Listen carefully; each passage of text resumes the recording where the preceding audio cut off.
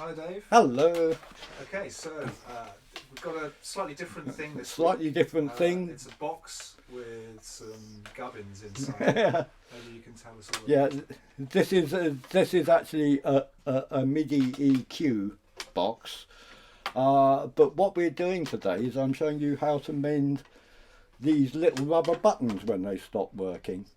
Because lots of early synths have got them, and everyone assumes that they just wear out, and everybody hates them. But in actual fact, they're one of the most reliable switches possible, and they just get grubby inside. And they are, if you send a synth off to have them sorted out, they'll probably charge you a fortune. But in actual fact, it's very, very simple to do yourself. Brilliant.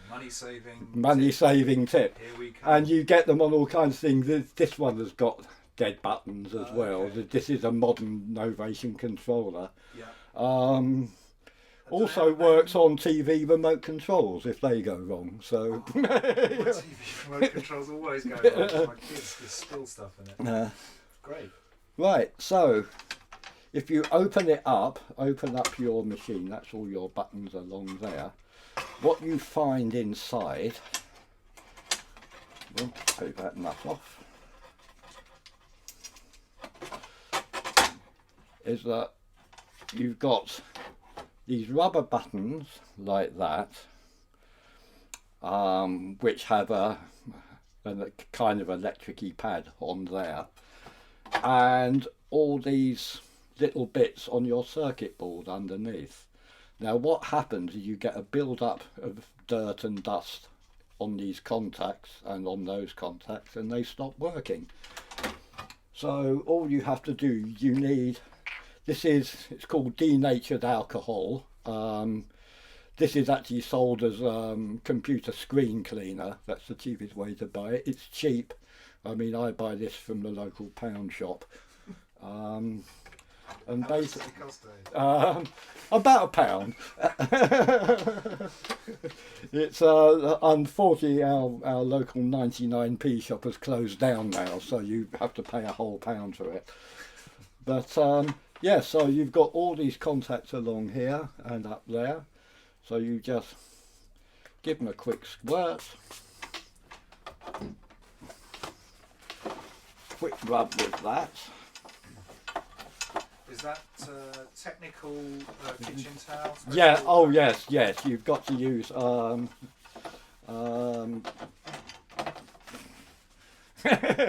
insert joke here. Yeah, so that you just clean them up. These actually look quite clean anyway, mainly because I did actually do them before. But you'll find you'll probably get all kinds of black gunk off of there.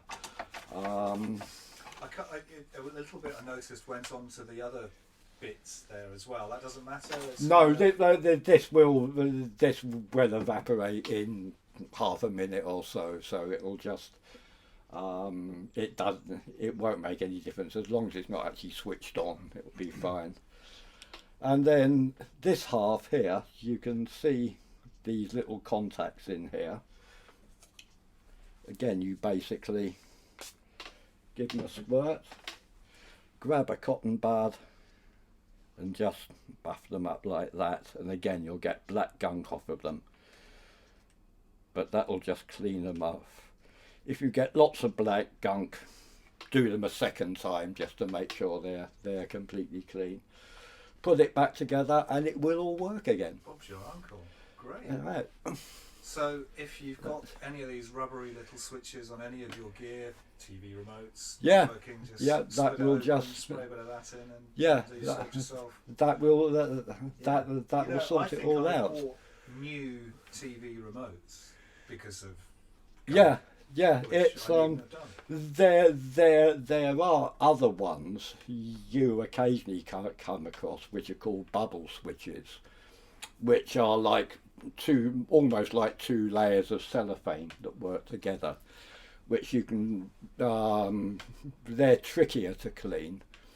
Do those ones feel a bit? That's my phone. Cut there. Cut there. About the bubble I'll switches. answer that later. bubble switches, the cellophane, do they feel a bit more clicky? Yeah, Right. they're more clicky. Now those are harder to mend. What generally goes wrong with those is if you look, they're like metal, like a metal strip inside cellophane. And what usually happens with those is you get gaps in the metal strip as they wear out. In which case you can scrape it out, and you can use this stuff, which is like it's like solder in a pen, really, that works just like a. Again, it's cheap. The pen like that is around a £5 and lasts forever, and you can just join up the gap, leave it a minute, and it will. What are those pens called? They're called nickel conductive pens. Yeah, you can get them on Amazon for about around a £5. Okay. The other kind you get, in fact, you can actually. It's not a job really to do yourself unless you're good at your soldering. But if they've gone wrong, you can. Where's they gone? Yeah, you can get little switches like these. These are actually the same switches as the teenage engineering use on their things.